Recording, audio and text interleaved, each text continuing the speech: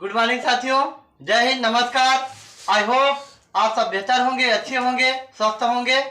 आज हम लोग पढ़ेंगे हिंदी वर्णमाला का दूसरी क्लास पढ़ेंगे, जिसमें हमने पहली क्लास में पढ़ा था हिंदी वर्णमाला में कुल कितने अक्षर होते हैं। तो हम लोगों ने पढ़ा कि हिंदी वर्णमाला में हिंदी में कुल 52 अक्षर होते हैं, 52 लेटर होते हैं।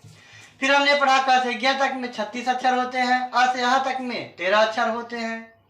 हिंदी में कुल स्वर कितने होते हैं। हिंदी में हमने देखा कि लेखन के आधार पे, लिखने के आधार पे कुल 13 होते हैं, अ से अह तक में अक्षर। क से ज्ञ तक में हिंदी में व्यंजन, लेखन के आधार पे क से जो ज्ञ तक के अक्षर होते हैं वह हिंदी में व्यंजन कहलाते हैं।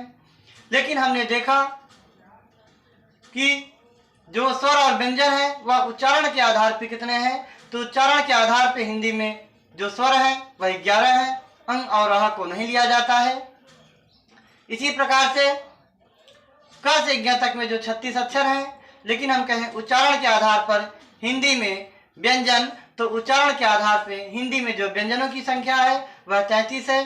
छ, त्र और ज्ञ को व्यंजन में नहीं काउंट किया जाता है। तो फिर इसके बाद हम लोगों ने पढ़ा द्विगुण व्यंजन, ड़ और ढ को। संयुक्त अक्षर पढ़े, संयुक्त अक्षरों की संख्या 4 होती है, छ, त्र, ज्ञ और स्र होता है। संयुक्त अक्षर मतलब ज्वाइंट लेटर का निर्माण कैसे होता है, इनके बारे में हमने देखा एक एक चीजों को। फिर हमने पढ़ा अंतस्थ व्यंजन कितने होते हैं। अंतस्थ व्यंजनों की संख्या 4 होती है, य, र, ल, व। फिर जो संघर्षी व्यंजन है, जिनको बोलने में कंपन ज्यादा हो, आवाज जो है जैसे हम लोग पढ़ते हैं श, सीटी निकले, तो जिसमें टकराव होता है, संघर्षी व्यंजन, वह भी कितने होते हैं, 4 होते हैं। फिर अब हम लोग देखेंगे स्वरों का उच्चारण स्थान।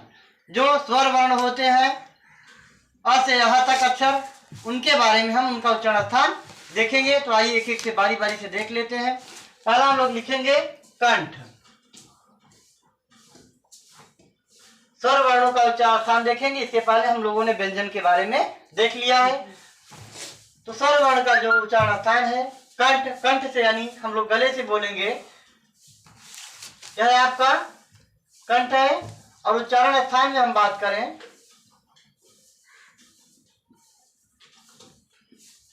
तो कंठ जो होता है उसका उच्चारण स्थान आएगा अ और आ। जब आ बोलेंगे और आ बोलेंगे तो अ और आ को बोलने के लिए आप बोलेंगे अ आ। कहां से बोल रहे हैं, गले से बोल रहे हैं। कहां से बोल रहे हैं, गले से बोल रहे हैं। फिर इसके बाद हम लोग देखेंगे ताल। ताल से किसको बोलते हैं, ताल का मतलब जो जहां से दांत का उद्भव होता है, दांत निकलता है। जब आप दांत के नीचे वाले भाग में आपकी जीभ टच करे उसे हम लोग तालु कहेंगे, तालव्य, तालुका। तो तालु जो होता है इसका उच्चारण स्थान स्वरों में हम ई और बड़ी ई और बड़ी ई जो होता है, तो इसे जो है हम लोग तालव्य कहेंगे, तालु कहेंगे। फिर इसके बाद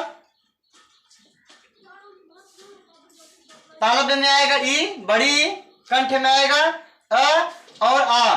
फिर हम लोग पढ़ेंगे मूर्धा। मूर्धन्य में आता है, मूर्धा जिसको कहेंगे मूर्धन्य, इसमें आएगा री, री से ऋषि। इसके बाद हम लोग पढ़ेंगे दंत। दंत में इसमें कोई नहीं आता है। फिर इसके बाद कंठ हो गया, ताल हो गया, मूर्धा हो गया। तो कंठ आया अ, बड़ा आ। ताल में तालव्य में आया ई, बड़ी। इसके अलावा हम लोगों ने देखा कि जो है आपका मूर्धा आया, मूर्धा में री आया, दंत में कोई भी अक्षर नहीं आता है। फिर इसके बाद हम लोग देखेंगे ओष्ठ में। किसमें देखेंगे, ओष्ठ में।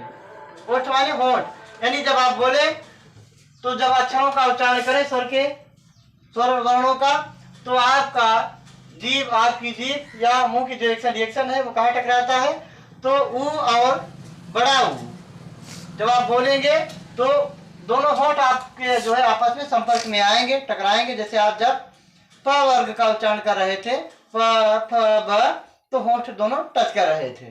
तो हम लोगों ने देख लिया स्वर वर्णों के उच्चारण स्थान। कंठ में आता है अ और बड़ा, ताल में ई और बड़ी, मूर्धा में री आता है, दंत में कोई नहीं, होठ यानी ओठ में आता है उ और बड़ा उ।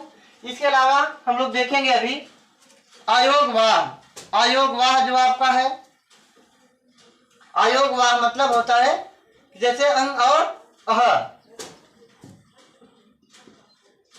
आयोग वाह में हम लोग पढ़ेंगे अंग और अह। अंग को कहा जाता है अनुस्वार। क्या कहा जाएगा? अनुस्वार।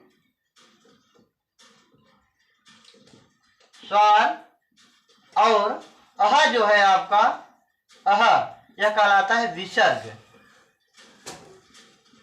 विसर्ग जब आप संधि भी पढ़ेंगे तो विसर्ग संधि यानी जब हलंत होता है, जैसे बालक में बालका, ये दो पॉइंट होते हैं, ये क्या कहलाते हैं?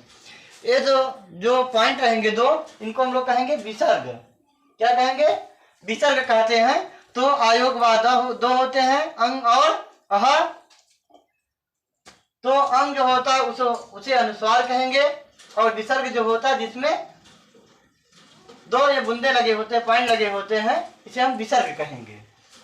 तो हम लोगों ने फिर से देख लिया, कंठ देखा, तालु देखा, मूर्धा, दंत कोई नहीं, ओठ में उ और बड़ा हुआ आया। आयोग वाह में दो अक्षर होते हैं, आयोग वाह दो होते हैं। कौन कौन? अंग और अह। अंग को अनुस्वार कहा जाता है और अह को विसर्ग कहा जाता है। इसके पहले की कक्षा में हम लोगों ने पूरे क से 11 तक के अक्षरों को देखा था, अ से ह तक को। इसी में अगर पूछे, मान लीजिए जैसे अगर कहे कि हिंदी में स्वर कितने होते हैं, तो आप बताएंगे हिंदी में स्वर 11 होते हैं। लेकिन कहे अमात्रिक या फिर कहे मात्रिक वर्ण कितने होते हैं या मात्रिक स्वर कितने होते हैं, तो मात्रिक स्वर जो होंगे, मात्रिक स्वर हिंदी में 10 होते हैं। इसमें अ को नहीं लिया जाता क्योंकि अ में कोई मात्रा नहीं होती। अ जो है अमात्रिक स्वर है। कैसा है? अमात्रिक स्वर है, इसमें कोई मात्रा नहीं होता। तो स्वर 3-4 प्रकार से पूछे जाएंगे। लेखन के आधार पे हिंदी में स्वर कितने होते हैं, तो आपको बताना है 13। फिर उच्चारण के आधार पे हिंदी में स्वर कितने होते हैं, तो उच्चारण के आधार पे हिंदी में जो स्वर होते हैं वह 11 होते हैं। फिर पूछे हिंदी में मात्रिक स्वर कितने होते हैं, तो मात्रिक मतलब मात्रा वाले, तो उनकी संख्या आपको 10 बताना है, क्योंकि अ में जो है मात्रा नहीं लगती है, यह अमात्रिक स्वर कहलाता है। फिर हम देखेंगे अनुस्वार वर्ण, अनुनासिक वर्ण होता है, सॉरी अनुनासिक वर्ण, जिसमें हम मुख और नाक से बोलते हैं। जैसे अंग, ञ, न, म स्वरों के आधार पे बिंदु या चंद्र हो। अनुनासिक वर्ण क्या होता है? अनुनासिक वर्ण जिनके उच्चारण में केवल मुख से जो है, उच्चारण जो है केवल मुख से हो, जैसे आ, ए, ऐ, आ, ई आदि।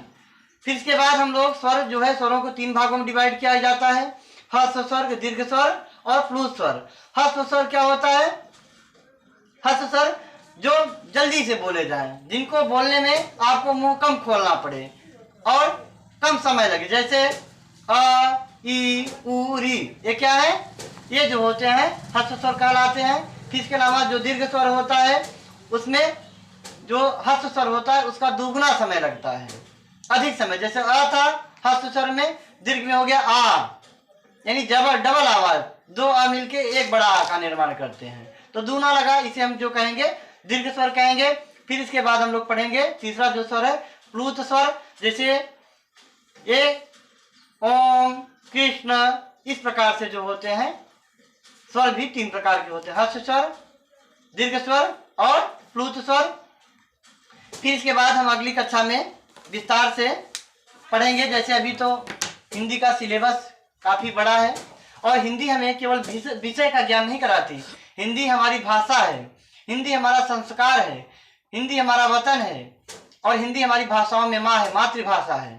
इसलिए हिंदी को केवल आप एक विषय के दायरे में न रखकर, विषय से ऊपर उठकर हमारी दिनचर्या की, हमारी हिंदी जीवन रेखा है जो हमें संस्कार, शिक्षा और सम्मान देती है। क्योंकि आज दुनिया पे अंग्रेजों का शासन है, तो दुनिया पे उन्होंने जो है अंग्रेजी का विस्तार किया पूरी दुनिया में। तो अगर हिंदुत्व को आगे ले जाना है, हिंदी को आगे बढ़ाना है, अपने देश को आगे बढ़ाना है, तो हिंदी को सीखना होगा। और जब हिंदी को आप सीखेंगे तभी दुनिया को सिखा पाएंगे। क्योंकि आप किसी व्यक्ति को अच्छे से कोई भी बात तभी समझा पाएंगे जब आपको अपनी भाषा पे पकड़ होगा। तो हमारी भाषा, हमारी मातृभाषा हिंदी है। तो हम सब हिंदुस्तान के सारे लोग हिंदी के लिए प्रचार प्रसार करें और विषय के रूप में भी इसे पढ़ें, जिससे आप परीक्षा में सफलता अर्जित करें।